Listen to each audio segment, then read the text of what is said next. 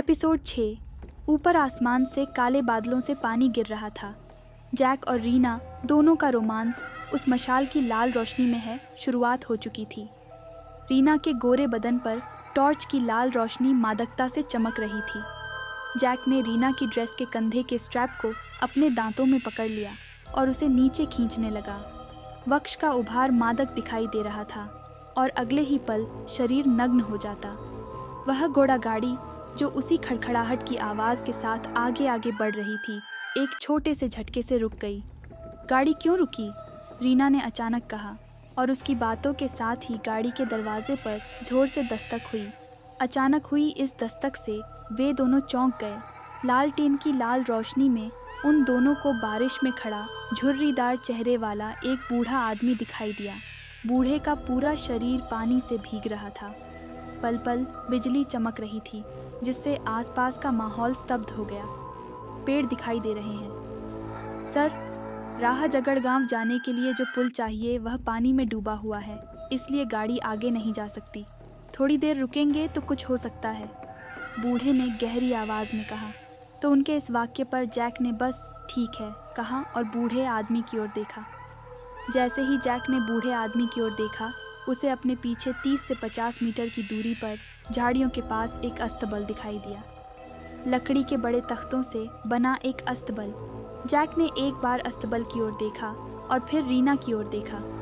रीना तुरंत समझ गई कि उसके मन में क्या है और फिर मुस्कुराई। जैक ने धीरे से अपना कोट उतार दिया और रीना के सिर पर रख दिया। तुम बहुत भीग गए हो, इस गाड़ी में बैठ जाओ, हम तब तक उसी अस्तबल में रहेंगे, जैक ने बूढ़े आदमी से कहा। और बूढ़े आदमी ने उसके वाक्य पर सिर्फ अपना सिर हिलाया और जैक और रीना दोनों अस्तबल की ओर चले गए। कालजल नदी के दूसरी ओर झाड़ियों से घिरी गुफा के अंदर वायगु अपने माथे पर हाथ रखकर नीचे से जमीन को सहारा देकर खड़ा था। उसके माथे पर हल्की चोट लगी थी। श्श, मामा। वायगुन ने अपने माथे को छूते हुए एक बार पीछे देखा जहां बिजली गिरी थी और पेड़ गिर गया था। इस बिजली में चयाची वायगुन ने शाप देकर हंसा। तुरंत मुड़कर आगे की ओर देखा। उसके सामने असुर दानव की तरह सभी दिशाओं में अंधकार खड़ा था। वायगुन ने एक बार फिर अंधेरे में देखा। बगल की दीवार पर एक मशाल जल रही थी, लेकिन अंधेरे की सीमा इतनी गहरी थी कि लाल रोशनी अंधेरे सीमा को भेद नहीं सकती थी। वायगुन ने एक बार फिर धीरे से अंधेरे में देखा। फिर टीला ने फिर से किनारे पर जलती हुई मशाल को देखते हुए दीवार से ऊपर देखा। मशाल को अपने हाथ में लेते हुए वह धीरे धीरे मशाल को अपने चेहरे के थोड़ा करीब ले आया ताकि वह अंधेरे में स्पष्ट रूप से देख सके। ऐसे ही उस टॉर्च की लाल रोशनी से वायगु का चेहरा चमक उठा। गुफा के बाहर एक के बाद एक बिजली चमकती रही, मानो वह बूढ़े को आगे आने वाले खतरे से आगाह कर रही हो। अंदर मत जाओ, अंदर शैतान गहरी नींद में सो रहा है, उसे सोने दो, नहीं तो जगाओगे तो खून चूस लेगा। शराब के गिलास की तरह एक घूंट खून भी पी जाएगा। टॉर्च लेकर वह अंदर देखता है। टॉर्च के नीचे लाल बत्ती और गुफा के अंदर दिखता है। छोड़ दिया, लेकिन किस लिए? हम उस गुफा में क्यों चल रहे हैं? हम उस गुफा में क्यों आए हैं? आप वास्तव में क्या देखना चाहते हैं? आप क्या कर रहे हो? वेगु के मन में ये सब विचार नहीं आए। वह एक बहरे सम्मोहित इंसान की तरह, वहशियों की तरह गुफा में घुस रहा था। आज नियति उसकी किस्मत में क्या लिखेगी, वह इस बात से बिल्कुल अनजान था। भविष्य में उस सांप के साथ क्या होने वाला था, इसका वीर व्याकुला को कोई अंदाज़ा नहीं था। अगर वह किसी जहरीले सांप के काटे हुए स्थान पर अपना हाथ रखता तो सांप उसे काटे बिना नहीं छोड़ता था। गिरती मशाल की लाल रोशनी में 2 पत्थर की सीढ़ियाँ दिखाई दे रही थीं। वायगुना ने धीरे धीरे अपने हाथ में मशाल लेकर सीढ़ियों की ओर बढ़ाया।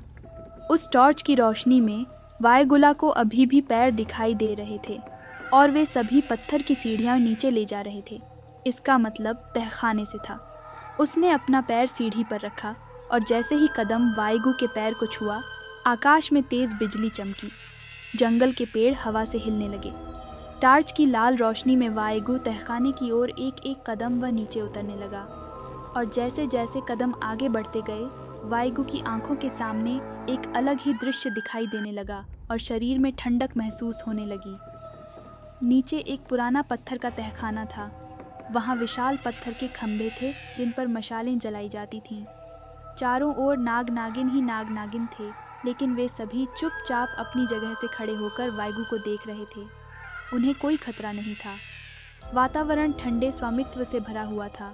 वायगु सीढ़ियाँ खत्म करके धीरे धीरे तहखाने में प्रवेश कर गया। सभी दिशाओं में दीवारों और खंभों पर लगी मशालों की लाल रोशनी ने तहखाने के दृश्य को रोशन करने में मदद की।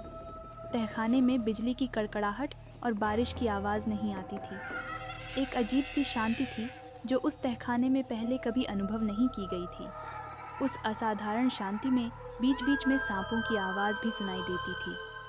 उसने कोहरे में उन भटकती आंखों के सामने कुछ धीरे धीरे आगे बढ़ते देखा। एक बड़ा चौकोर पत्थर जो बूढ़े आदमी की कमर जितना बड़ा था सामने था, और उस पत्थर पर एक चौकोर आकार की लकड़ी की कब्र थी। इसे किसने रखा था? इसे क्यों रखा गया था? और अंदर क्या होता है?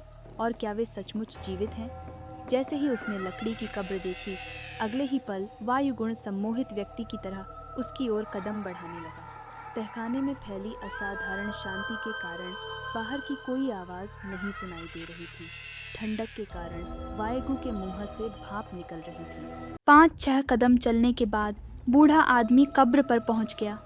बूढ़े ने धीरे धीरे मशाल को कब्र के नीचे की ओर बढ़ाया और धीरे धीरे ऊपर नीचे लाया। लाल रोशनी में कब्र का स्वरूप स्वयं दिखाई देने लगा। उस उठती हुई मशाल की लाल रोशनी वायुगुला, कब्र का चाकदार बोर्ड अभी दिख रहा था। उसी वायुगुला को उस रोशनी में कब्र पर कोई छपट्टी चीज़ चिपकी हुई दिखी। वह किसी जानवर की आकृति थी। बल्ला। वायुगुला ने उस कब्र पर एक चमगादड़ की आकृति देखी। वायुगुला को थोड़ा आश्चर्य हुआ क्योंकि वह आकृति थोड़ी अलग थी, क्योंकि उसके सामने कब्र पर चमगादड़ की आकृति काली नहीं बल्कि खून की तरह लाल थी। एक पल में वह रोशनी गायब हो गया, मानो सामने वाले को इसका एहसास हो रहा होगा। वायुगुला ने उन चमकती आंखों को देखा, लेकिन जैसे ही रोशनी गायब हुई उसे लगा कि उसे कोई भ्रम है। कुछ अमानवीय घटनाओं, दृश्यों का अनुभव करने के बाद मानव मन हमेशा इसी भ्रम में रहता था। हमें भी भ्रम हुआ होगा, लेकिन क्या यह वास्तव में एक भ्रम था? कब्रिस्तान में चलते समय ऐसा लगता है कि कोई आपका पीछा कर रहा है, और जब आप पीछे मुड़कर देखते हैं तो वहाँ कोई नहीं होता है। तब इस घटना को इंसान भूत के रूप में देखता है, लेकिन यह बिल्कुल भी भूत नहीं है। दिमाग को इसके लिए तैयार रहना चाहिए। वह क्या आपके पास है? खैर, आगे पढ़ें। लाल रंग की विचित्र चमगादड़ की आकृति देखकर वायुगुण उत्सुकता से अपना हाथ उसकी ओर बढ़ाने लगा। तभी पीछे से हवा का एक झोंका आया और कुछ मशालें बुझ गईं। जैसे ही मशालें बुझीं, उन्होंने एक विशिष्ट ध्वनि निकाली जो सन्नाटे में गूंज उठी। फिर वह वायगु के कानों पर पड़ी और वह तेजी से घूमा और वापस देखा। जैसे ही दीवार पर लगी टॉर्च बुझी, वायुगुला को उसमें से निकलता हुआ सफ़ेद धुआं दिखाई दिया। उस आवाज़ से वायगु की छाती बैठ गई, सांसें फूल गईं। भय को निगलते हुए वायगु ने तहखाने की ओर देखा। उसी क्षण उसके मन में कुछ प्रश्न उठे। यह तहखाना किसका होगा?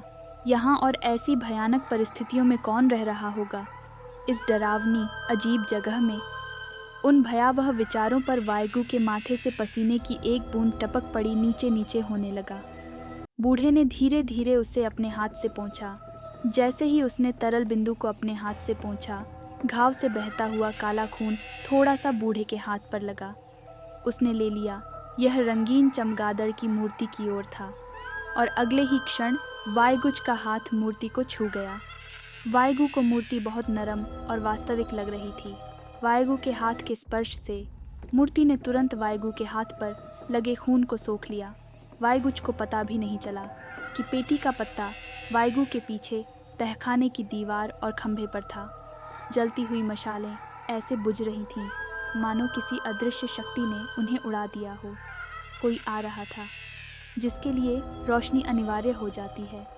उनकी उपस्थिति इतनी अधिक थी कि उनके आगमन पर प्रकाश भी बुझ गया और पीछे हट गया। बाहर आसमान में बिजली चमक रही थी, कुछ प्रकृति के नियमों को तोड़ रहा था। वायगुण ने तहखाने के चारों ओर देखा। मशालें एक के बाद एक बुझ रही थीं। कितनी भी तेज हवा क्यों न हो, मशालें बुझ गईं।